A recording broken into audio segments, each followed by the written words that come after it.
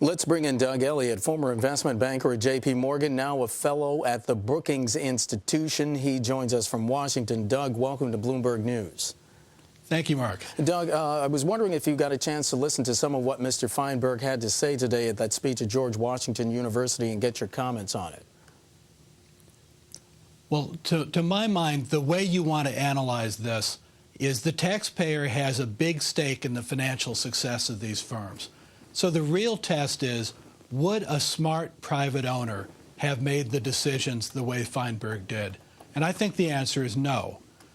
What you've done by cutting compensation so sharply compared to what they would have gotten at other Wall Street firms is you've sent a message that if you're a good performer at these firms, you cannot expect to be nearly as well compensated as at a non-government firm. Well, and I think Doug, I'm sorry, but as you know, one of the complaints was that some of the compensation was, at least from some people, saying that it was way out of whack with what some of the regular workers were making. Unfortunately, the way Wall Street works is that there is a huge disparity. The people at the top are paid much more. The issue, though, is not, to my mind, principally one of fairness. It's, do we want to maintain the better employees at the top levels of these firms so that they can make money for the taxpayers, we can get the money back? Right. If you make it so they have every incentive to leave, as apparently about a quarter of the people that Feinberg would have had control over chose to do, it's going to hurt those companies and hurt us as taxpayers. What are the risks of some of these companies losing their best people to competition as a result? I think there's a serious risk. As I said, about a quarter have already left.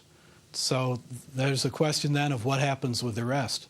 I suspect that they had hoped for something a little more generous. Are you suggesting then that maybe the government's focus is wrong, that what they are looking at is those instances where this type of compensation perhaps fosters excessive risk-taking? I think that's what they should focus on, is figure out how can they avoid misaligned incentives that cause people to take risks that we don't want them to take. But the total level of compensation is a different issue.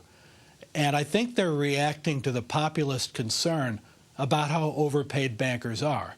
But this is like unilateral disarmament. It may be that we want less weapons in the world. I'd prefer that. But if you're the only country to do so, you put yourself at a disadvantage. Is Mr. Feinberg's strategy that he laid out yesterday, is that a reasonable compromise in your view?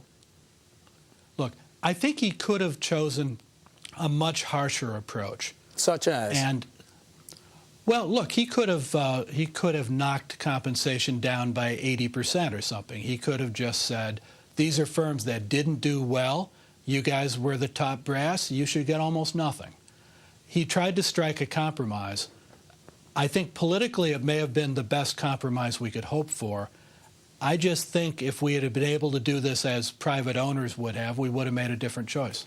Doug, we have about 30 seconds left. I just wanted to get your thoughts on something Fed Chairman Bernanke said. He called on Congress to ensure that the cost of closing down large financial institutions are borne by the industry and not taxpayers. I think we should do that. The devil's in the details, but that's the right approach. It shouldn't be the taxpayers that pick up the check. Doug Elliott, former investment banker at J.P. Morgan, now a fellow at the Brookings Institution, joining us from Washington. Doug, as always, thanks for your perspective.